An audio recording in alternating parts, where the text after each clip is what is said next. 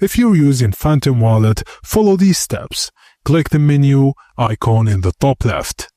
Tap the Settings icon, then go to Developer Settings, then Solana. Choose Solana DevNet as the network, then go back to the wallet homepage.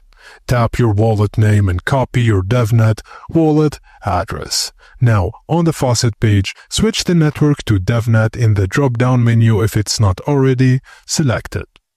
Paste the DevNet address you just copied from Phantom or any Solana DevNet compatible wallet into the input field.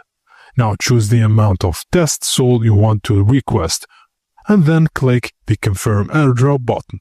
Wait for a few seconds and you'll receive test SOL in your DevNet wallet. Now you have test SOL in your DevNet wallet, great for experimenting with dApps, smart contracts, or Solana projects. Just note that test Solana is not a real Solana. It cannot be used for trading or spending. Only use DevNet for testing or development. And always verify you're on the official Faucet site. And that's it, guys. Thank you for watching. And please don't forget to like and subscribe for more.